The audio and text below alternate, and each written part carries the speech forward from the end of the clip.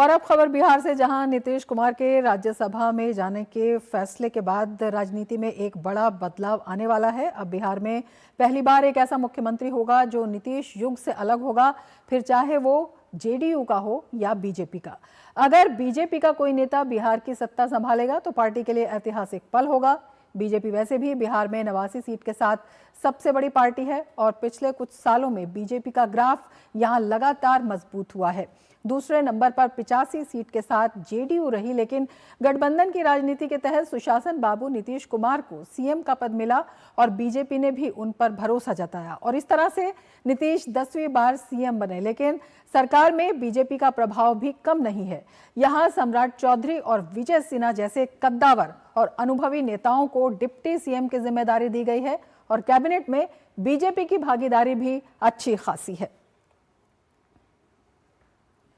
इस बीच बिहार के मुख्यमंत्री नीतीश कुमार ने कल राज्यसभा चुनाव 2026 के लिए अपना नामांकन दाखिल किया। नीतीश कुमार के राज्यसभा जाने को लेकर पार्टी कार्यकर्ताओं में फिर से विचार करने की मांग जो है वो उठ खड़ी हुई है। जदयू ऑफिस के बाहर नीतीश कुमार के समर्थकों ने पोस्टर लगाए हैं। इसमें उन्होंने अपने नेता से राज्यसभा जाने के फैसले पर दोबारा सोचने को कहा है। इसके लिए कुछ कार्यकर्ता नीतीश सेवक पोस्ट कार्ड अभियान शुरू कर रहे हैं। और बिहार सरकार में मंत्री रामकृपाल यादव ने जेडीयू के अंदर चल रही हलचल पर कहा है कि ये उनका अंदरूनी मामला है और निशांत कुमार तय करेंगे कि आगे क्या होगा। उन्होंने कहा कि नीतीश कुमार के साथ उनके कार्यकर्ता का भावनात्मक लगाव तो है ही। नीतीश कुमार जी खुद का डिसीजन लेते हैं और विपक्ष को एक मौका मिल गया है। कुछ कहने के लिए है नहीं तो कुछ कह रहे हैं। विपक्ष का कलेजा फट रहा है। नीतीश कुमार जी किसी के दबाव में आज तक काम किए हैं? कोई बतावे तो। उनका स्वयं का निर्णय है, जो अच्छा समझ रहे हैं वो कर रहे हैं और आने वाले दिन में वो दिल्ली रह कर के भी बिहार के विकास में जो उनकी अहम भूमिका है, जिससे विकसित बिहार का सपना उन्होंने देखा है और उसके लिए कार्रवाई कर रहे हैं अपनी सरकार के माध्यम से। बिहार के मुख्यमंत्री नीतीश कुमार के राज्यसभा चुनाव लड़ने के फैसले पर उन्होंने कहा है कि नीतीश कुमार खुद निर्णय लेते हैं, उन पर कोई दबाव नहीं बना सकता। वो दिल्ली में रहकर भी बिहार के लिए काम करते रहेंगे। भावनात्मक लगाव तो है ना माननीय मुख्यमंत्री जी के साथ, उनके कार्यकर्ता का। तो लगता है कि वो चले जाएंगे तो हमें कौन देखेगा, अनाथ जैसा हो जाएगा। भावनात्मक है, सेंटिमेंटल है। बहुत लोग रो भी रहे थे, कार्यकर्ता लोग। तो स्वाभाविक है, वो गार्जियन थे, पिता तुल थे, भाई तुल थे। जनता दल यू का अंदरूनी मामला है और स्वयं निशान जी तय करने वाले हैं कि उनको क्या करना है। और पटना से हमारे संवाददाता मधुरेश नारायण इस वक्त जुड़े हुए हैं और ज़्यादा जानकारी के साथ।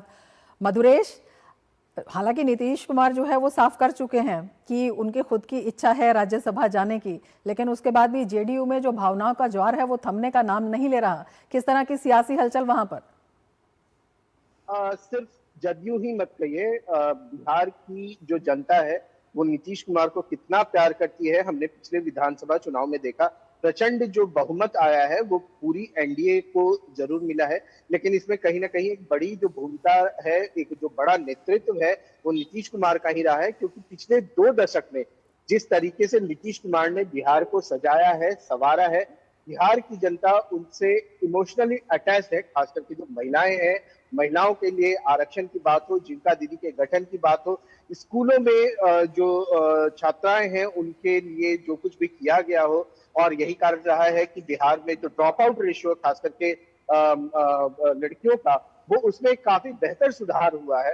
तो ओवरऑल में जो पूरी जनता है, जो कार्यकर्ता है, वो नीतीश कुमार से जुड़ी हुई है और नीतीश कुमार को किसी न किसी तरीके से अपने घर का या अपना एक सदस्य के रूप में देखती है। और अब जब 2 दशक बाद नीतीश कुमार ये फैसला कर रहे हैं कि उनको राज्यसभा जाना है, तो बिहार की जनता हो या उनके कार्यकर्ता हो, उनके लिए भी ये एक इमोशनल पल है और इसलिए वो उनको रोकने की कोशिश कर रहे हैं, जो कि बहुत ही लाजमी भी है। दूसरी तरफ अगर हम देखें कि निशांत कुमार जो है, ठीक इसी वक्त उनकी एंट्री भी जदयू में हो रही है, जो कि एक मोटे तौर पे कहा जाए तो नीतीश कुमार की छवि के रूप में होंगे।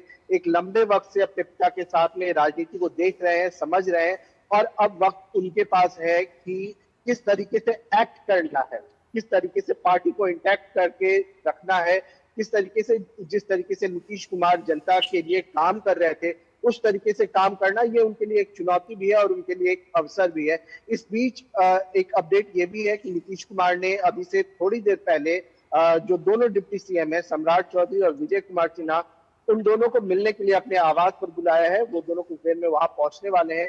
इसके अलावा बताया जा रहा है कि बिहार के जो भी सांसद और विधायक हैं उनको भी नीतीश कुमार ने मिलने के लिए बुलाया है। और बताया जा रहा है कि इस बैठक में सीएम के नाम की चर्चा हो ना हो, लेकिन बिहार को किस तरीके से इंटैक्ट रखना और किस तरीके से डेवलपमेंट का जो फेज है उसको आगे लेकर के चलना है, इस बात पे जरूर चर्चा होगी। जी बिल्कुल मधुरेश, यही आपसे जानना चाहेंगे किस तरह से जो कार्यकर्ता हैं, या जिस आप बता भी रहे हैं कि तमाम लोग भी भावुक हैं, उनको समझाने की कोशिश और प्रयास नीतीश कुमार की तरफ से हुए हैं। और एक बड़ा सवाल ये भी है कि अगला मुख्यमंत्री वहां पर कौन होगा, किस तरह का फॉर्मूला होगा। बीजेपी सबसे बड़ी पार्टी है, क्या इस बात पर भी विचार होगा, क्या कुछ हो सकता है, किस तरह की संभावनाएं बन रही हैं, किस तरह की चर्चाएं हैं? देखिए रमा, सबसे इम्पोर्टेंट चीज ये है कि अभी तक जो चर्चा चल रही है कि निशांत कुमार जब जदयू की सदस्यता ले लेंगे तो उनको डिप्टी सीएम का पोस्ट सरकार में दिया जाएगा।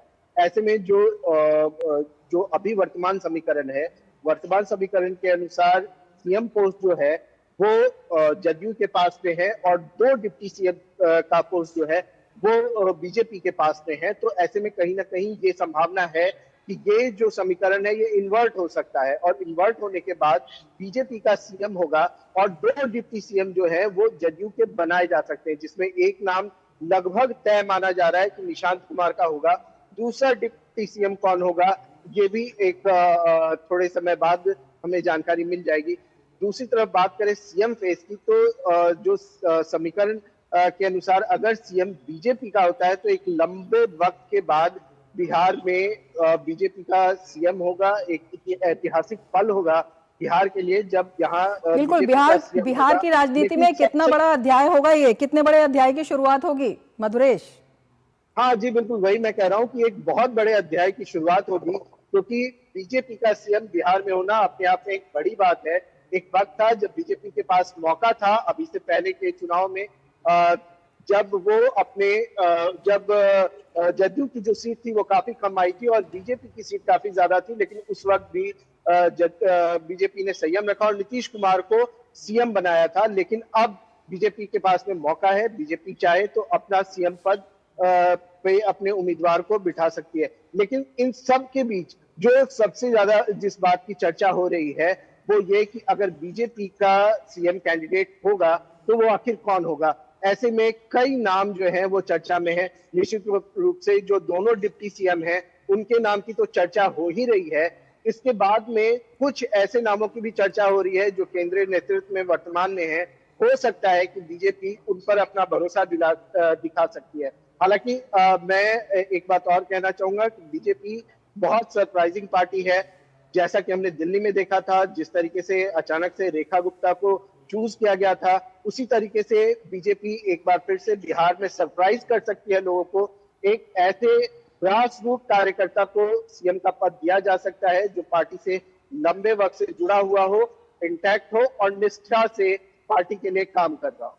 जी बिल्कुल, यही आपसे समझना चाहेंगे, जो लगातार फॉर्मूले और चर्चाओं का दौर लगातार जारी है और जिस तरह से हम ये बात भी कर रहे हैं कि एक नए अध्याय की वहां पर शुरुआत हो रही है, और उसके साथ ही नीतीश कुमार ने जिस तरह से कहा है कि सीएम चाहे कोई भी होगा, मार्गदर्शन उनका लगातार बना रहेगा, नजर बनी रहेगी, इन सब को लेकर किस तरह की चर्चाएं वहां पर है? हाँ देखिए, नीतीश कुमार का जो ट्वीट है वो बहुत इंपॉर्टेंट है, क्योंकि जो तमाम चर्चाएं चल रही थी होली के दोपहर से, उस पर वो तो विराम लगा ही रहा है। लेकिन उनके ट्वीट को हम ध्यान से देखें तो उसमें 2 बड़ी बातें हैं। पहली बड़ी बात, उन्होंने ये कहा है कि सरकार में मुख्यमंत्री कोई भी हो, लेकिन वो एज ए गार्जियन देखते रहेंगे, वो मदद करते रहेंगे सरकार को। और दूसरी बात उन्होंने कही है कि जिस ईमानदारी से उन्होंने बिहार की जनता की सेवा की है, आगे भी उतनी ही ईमानदारी से वो बिहार की जनता के साथ में जुड़े हुए रहेंगे। तो कहीं ना कहीं ये बात उन्होंने साफ कहा है कि भले वो पटना में रहे, दिल्ली में रहे, वो बिहार की जनता के बेहतरी के लिए, विकास के लिए काम करते रहेंगे। तो ये अपने आप में एक बेहद महत्वपूर्ण बात नीतीश कुमार ने अपने ट्वीट के जरिए जो कार्यकर्ता हैं, जो जनता है, उनके बीच ये मैसेज दिया है।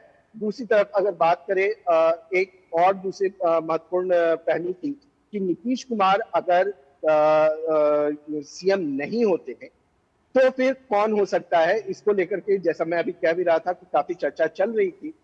तो अगर समीकरण बदलता है और बीजेपी अपना कैंडिडेट देती है तो एक ये भी हो सकता है कि कोई महिला कैंडिडेट को सीएम का पद बिहार में दिया जा सकता है। हालांकि ये तमाम चीजें जो है ये अभी कयास लगाए जा रहे हैं। बिल्कुल, आपसे ये भी समझना चाहेंगे, जिस तरह से हम कल नामांकन हमने देखा बिहार से, मतलब एनडीए से कई नेताओं का राज्यसभा के लिए नामांकन हुआ, किस तरह की जो एनडीए की राजनीति है बिहार में भी और राज्यसभा चुनाव को लेकर भी, वो किस तरह से देखने को मिल रही है? देखिए, ये बात तो निश्चित तौर पे साफ है कि जो भी एनडीए की कैंडिडेट है वो जीत करके राज्यसभा जाने वाले हैं। हालांकि राजद की तरफ से भी एक कैंडिडेट को का नामांकन कराया गया है। मगर महत्वपूर्ण बात यह है कि जहां तक राज्यसभा जाने वाले जो जिन कैंडिडेट की बात करें तो उसमें सबसे महत्वपूर्ण नितिन नवीन है, जो बीजेपी के राष्ट्रीय अध्यक्ष हैं। दूसरे नीतीश कुमार हैं, जो वर्तमान में बिहार के मुख्यमंत्री हैं। इसके अलावा उपेंद्र कुशवाहा हैं और एक नाम शिवेश कुमार का है, जो कि बीजेपी के पुराने एमएलए कैंडिडेट रह चुके हैं। तो निश्चित रूप से ये जो चारों नाम है ये बेहद महत्वपूर्ण है बीजेपी के लिए। और निश्चित रूप से बीजेपी जो एनडीए है, इंटैक्ट एनडीए है, उसकी पूरी कोशिश है कि इस चुनाव में जितने इसके कैंडिडेट है, जो चारों कैंडिडेट है, उसकी जीत सुनिश्चित की जाए। और कहीं न कहीं जो आज शाम में नीतीश कुमार ने जो अभी से कुछ देर बाद जो बैठक बुलाई है सारे विधायकों की, तो कहीं ना कहीं इस बात को भी सुनिश्चित करने की कोशिश की जाएगी कि जो चुनाव में मतदान 16 तारीख को होना है उसमें जो कैंडिडेट्स हैं उसकी जीत को सुनिश्चित किया जा सके। जी मधुरेश, आप नजर बनाए रखिए। फिलहाल शुक्रिया पूरी जानकारी के लिए। अमित प्राइम में अब लेते हैं एक ब्रेक, आप बने